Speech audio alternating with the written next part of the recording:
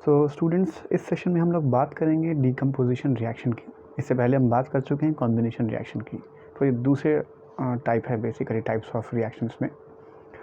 तो सबसे पहले इसकी डेफिनेशन देख लीजिए। इसमें लिखा हुआ है single reactant breaks down into simpler products. यानी हमारे पास जो रिएक्टेंट होगा वो सिंगल होगा। तो इस रिएक्शन की पहचान क्या है? आपको लेफ्ट साइड पे सिर्फ एक ही रिएक्टेंट दिखाई देगा। जैसे यहाँ पे आपको सिर्फ एक ही रिएक्टेंट दिखाई दे रहा है, इसी तरीके से आप यहाँ पर भी देख सकते हैं आपको सिर्फ एक ही रिएक्टेंट दिखाई दे रहा है, और यहाँ पर भी आप देख सकते हैं कि आपको सिर्फ एक रिएक्टेंट दिखाई दे रहा है। तो ये तीनों के तीनों रिएक्शन हमारे डीकम्पोजिशन रिएक्शन के एग्जाम्पल हैं। अब एक एक करके हम इन सारी बातों को समझ लेते हैं कि क्या कहा गया है इसमें हमसे। सबसे पहले एक एक्टिविटी को डिस्कस किया है हमारे साथ एनसीईआरटी में।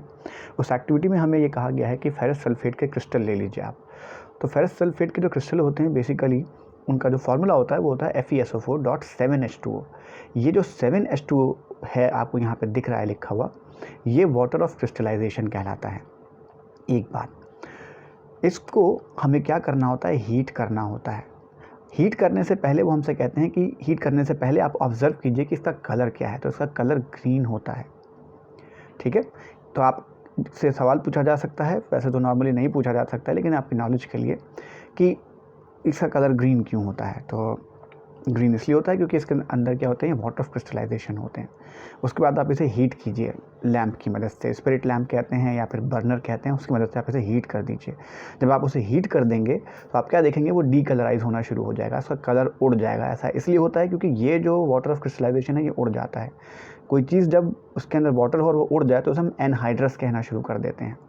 इसके एनहाइड्रस हो जाने के बाद अब जब इसे आप फर्दर और हीट करेंगे थोड़ा सा, तो ये क्या हो जाएगा? ये अब डिकम्पोज होगा, और ये डिकम्पोज होकर कन्वर्ट हो जाता है फेरिक ऑक्साइड में, जो कि सॉलिड है बेसिकली, और सल्फर डाइऑक्साइड में, जो कि एक गैस है, और सल्फर ट्राइऑक्साइड में, ये भी एक गैस है। मैंने सारी डिटेल्स यहाँ पे लिख रखी हैं।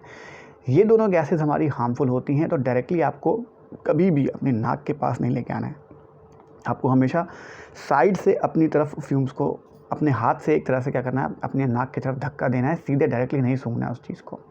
जब आप उसे सूंघेंगे तो आपको सल्फ़र की एक ख़ास स्मेल होती है, वो भी आपको समझ में आएगी, वो भी आपको आती हुई दिखाई देगी। उसके अंदर दिखाई नहीं देगी, मतलब आप उसको सूंघ पाएंगे।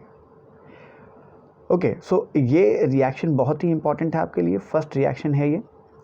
अब दूसरा रिएक्शन इसके अंदर वो आपसे क्या कहते हैं यहाँ पर कि कैल्शियम कार्बोनेट को लीजिए। कैल्शियम कार्बोनेट जो होता है वो एक सॉलिड होता है, और इसको हम लाइमस्टोन भी कहते हैं। इसको हीट कर दीजिए। जब आप इसे हीट करेंगे तो ये कैल्शियम ऑक्साइड में कन्वर्ट हो जाएगा, जो कि सॉलिड होता है, और साथ में कार्बन डाइऑक्साइड गैस की फॉर्म में बाहर निकलेगी। तो कैल्शियम ऑक्साइड जो होता है वो क्विक लाइम होता है, इसको हम लाइम भी कहते हैं, और आप देख सकते हैं इसे हम सीमेंट मैन्युफैक्चरिंग में बहुत इस्तेमाल करते हैं। तो ये भी एक डीकम्पोजिशन रिएक्शन का एग्जांपल है। अब इसमें एक बात को समझ लीजिए कि जब डीकम्पोजिशन जो आप तोड़ रहे हैं, जो तोड़ना है आपका, अगर उसमें आप हीट की मदद लेते हैं तो इसे हम क्या कहते हैं? थर्मल डीकम्पोजिशन कहते हैं।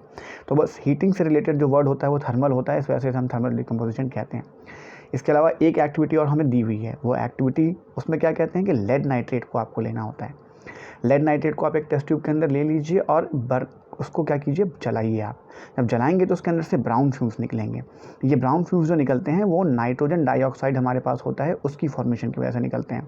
तो इस एक्टिविटी को जब आप रिकॉर्ड करेंगे, यानी इसका रिएक्शन लिखेंगे, तो ये होगा लेड नाइट्रेट। लेड का सिंबल Pb होता है, तो इसको आप ध्यान रखिएगा। तो लेड नाइट्रेट को जब आप हीट करते हैं तो लेड ऑक्साइड में कन्वर्ट होता है, साथ में नाइट्रोजन डाइऑक्साइड निकलता है, ऑक्सीजन भी निकलता है। तो यहाँ पे जो ब्राउन फ्यूम्स आपको दिखाई देते हैं वो नाइट्रोजन डाइऑक्साइड की वजह से दिखाई देते हैं। तो मैं इसको लिख देता हूँ यहाँ पे। तो ये एक हिस्सा है डिकम्पोजिशन का। पार्ट 2 में मैं बाकी एक्टिविटीज़ के बारे में भी आपसे बात करूँगा।